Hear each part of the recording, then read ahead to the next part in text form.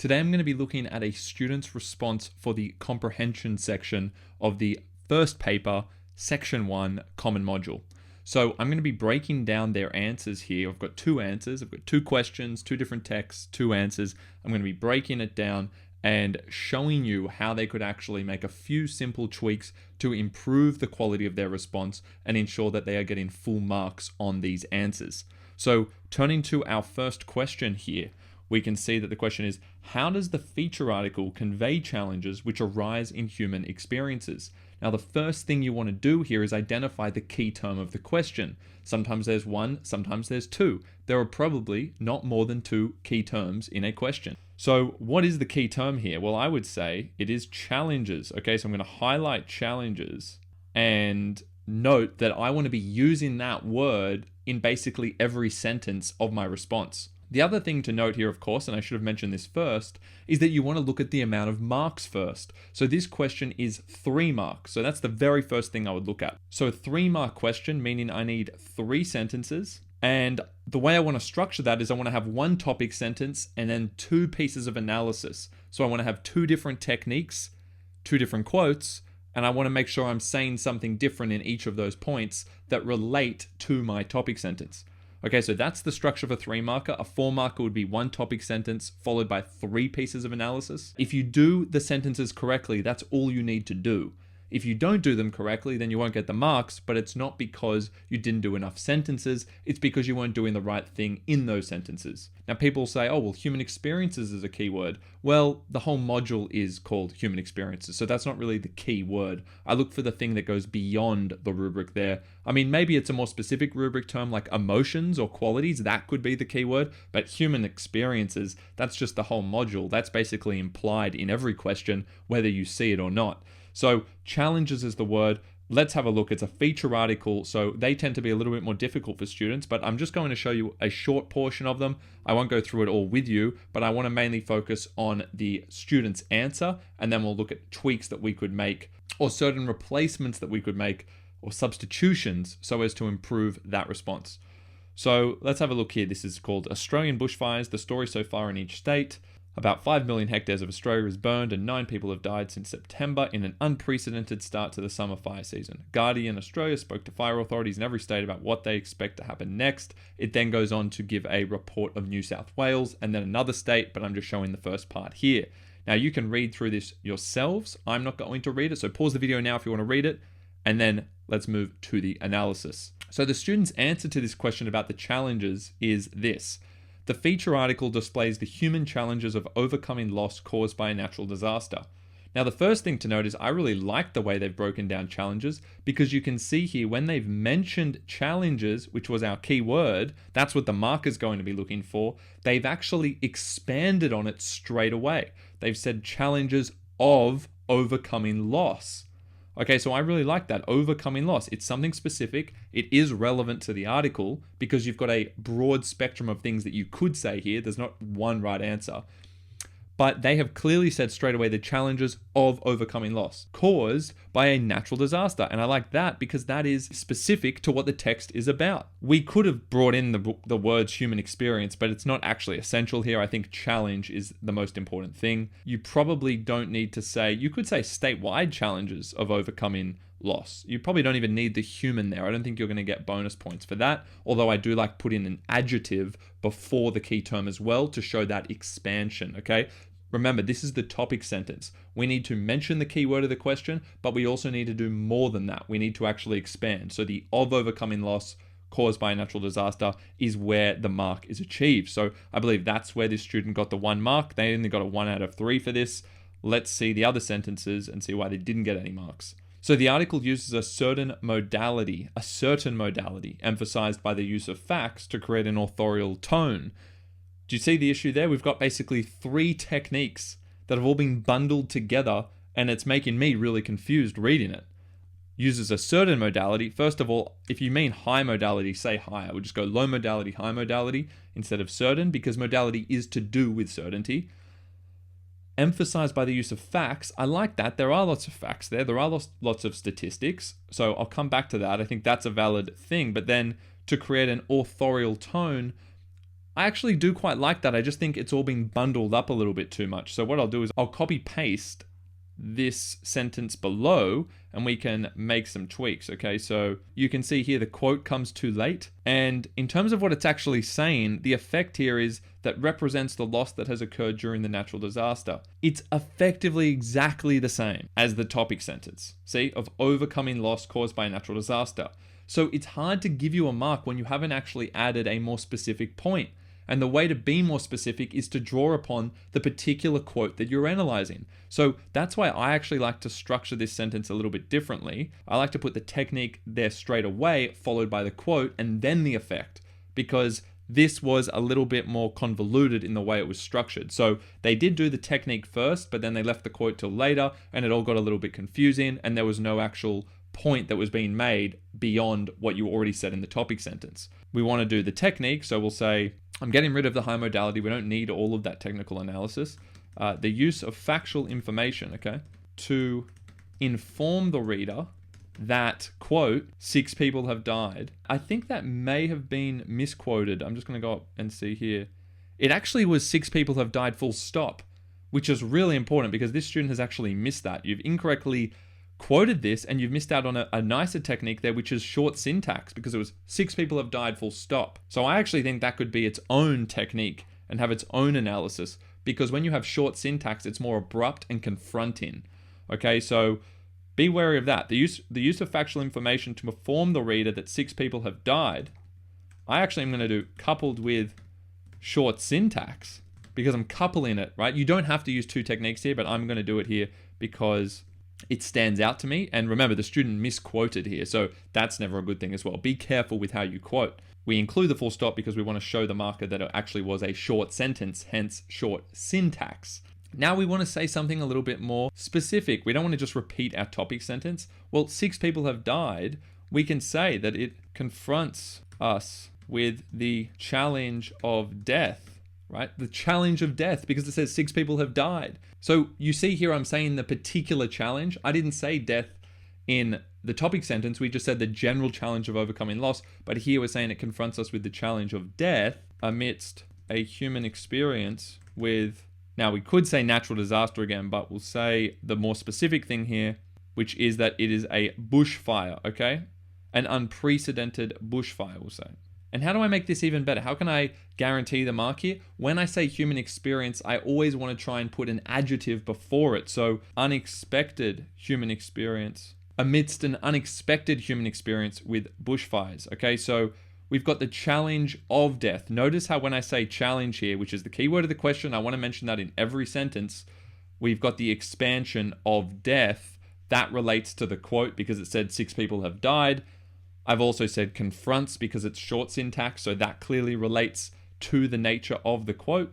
And you can see enough technical analysis is in there, okay? What I also tried to do is when we said human experience, which was another key word or key term or key phrase from the question, we've put an adjective before it just to up the sophistication there and ensure we're actually breaking down the key terms of the question. In addition, the use of the loss caused and the continuing effects, as Burford said that the pattern of bad fire conditions interspersed with backburning in cooler conditions and then nothing else. So this feels like an unfinished sentence. That's why this sentence didn't get the mark. It's not even finished. And also the explanation here was so vague. Okay, be careful of being vague. We're trying to be specific.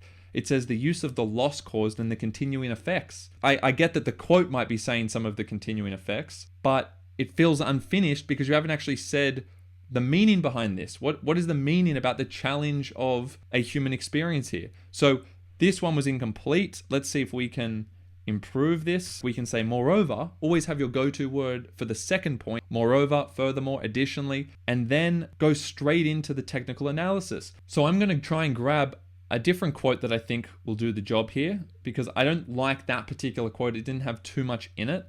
What I will have is this quote here about the scale of the bushfires is unprecedented for this point in the season. Here it is. The scale of the bushfires is unprecedented. And that's what an RFS spokeswoman said. Okay, so I'm going to pull that down and we're going to use part of that because the technique here is the inclusion of dialogue stating that. Now, because we're going to do a quote within a quote here, we'll change up how we do it. And we'll do stating that the scale of the bushfires is, I'm going to do a different symbol there. Typically you do this the other way around, but if you've done a double quotation there, we'll do a single quotation here just to distinguish between the part that was actually a quotation from that spokeswoman. Okay, then we'll end our main quote, get rid of this, we don't need that. So again, the technique, inclusion of dialogue. Now, what do we say about this? We're saying it reveals, note here though, unprecedented. So that's the key word I'm trying to draw upon. So what I'm going to think of in my head right now is, what's a synonym? What's a related term to unprecedented? Because I think that's the key thing.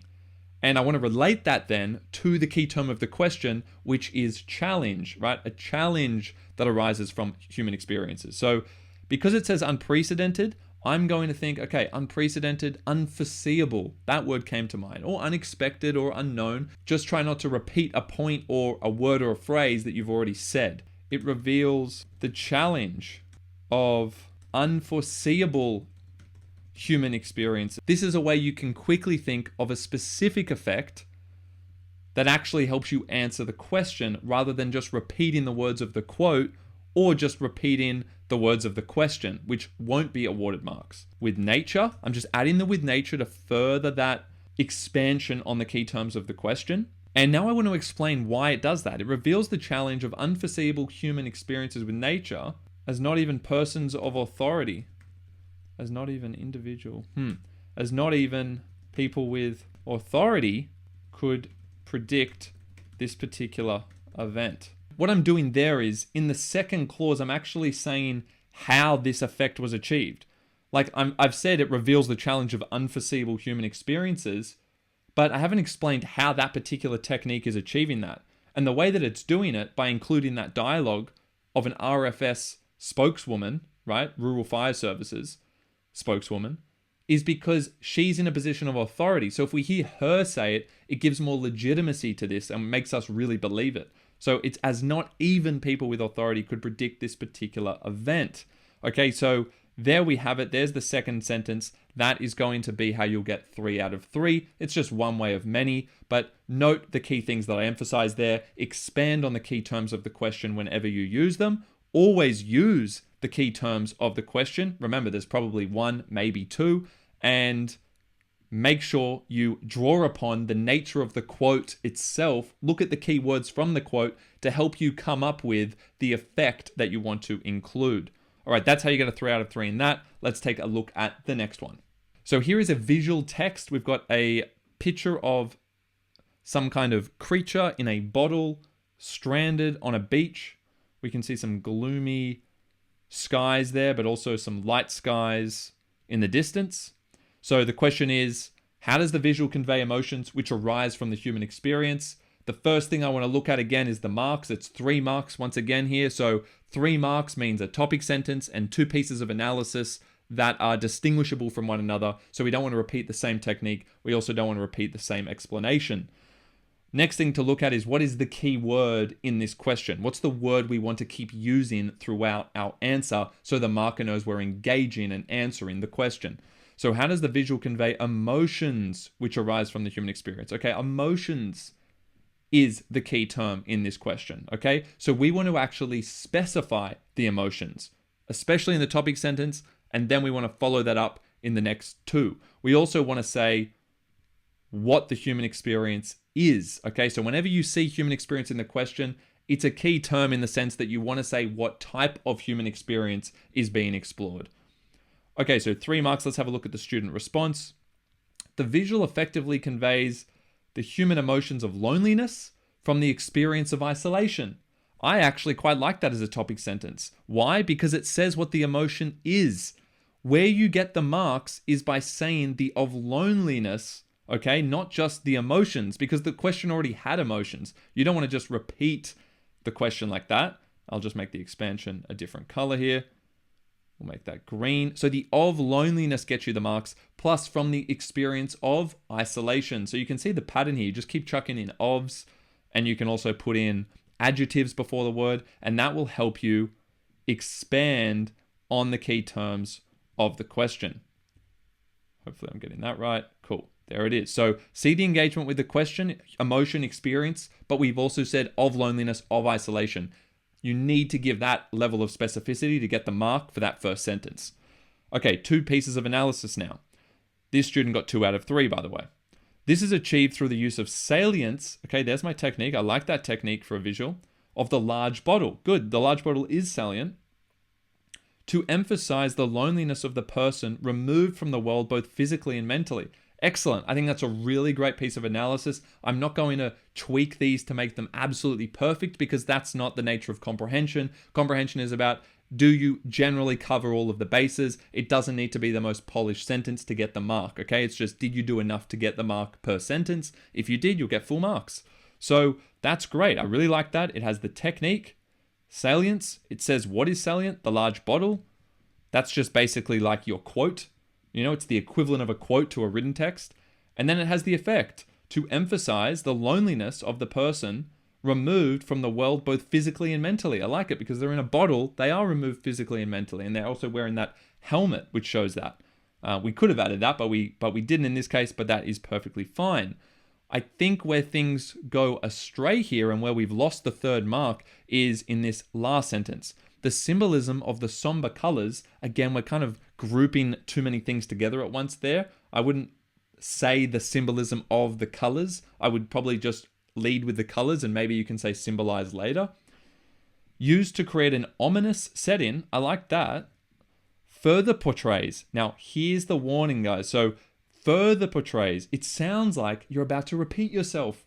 And in fact, it does repeat because have a look at what it says. The loneliness humans experience from the reality of mental isolation. But we've just said mental isolation from the world above. We just said that here, mentally. So maybe we shouldn't have said mentally up there. Maybe you used up too much in that first sentence and should have just stopped at physically removed. Okay, so it emphasizes the loneliness of the person removed who is physically removed. Now you can say I'm tweaking it because now I've seen the second sentence. I know I don't want to use up all that material. Only say as much as you need to get the mark in each sentence. Otherwise, you might say too much in one sentence and end up repeating yourself in the next. That's what's happened here. The somber colors used to create an ominous setting. Okay, that's good. There's your technique. Right, there's your technique. I agree. There are somber colors here. You can see the dark in the clouds. Now, we don't want to say further. Never say further, guys, or similarly. Don't say those words because you're forcing yourself, well, rather you're encouraging yourself to do the wrong thing and repeat a point you've already made. I would go with a different emotion. It portrays the emotion of depression because somber colors are to do with depression. You don't want to just keep saying loneliness. I want to know the emotions to do with loneliness. I suppose we could say, because they're kind of being bottled up, they're being sheltered, right? Portray the emotion of depression that arises from experiences that remove a sense of optimism from an individual's world. Okay, we can say that. So the optimism part is the new thing. Everything else is pretty generic, but you only need to have 1 or 2 specific things in the sentence that connect to the key terms of the question. That's the critical part in green once again. That's all we need to do for that answer. I could be more sophisticated here. I could go deeper, but I just want to show you kind of the bare minimum needed to get the marks here. So that would help you get the mark on the last sentence. I hope this video helps, guys. If it does, please like and subscribe. Leave a comment if you want more of these types of videos, and I'll see you in the next one.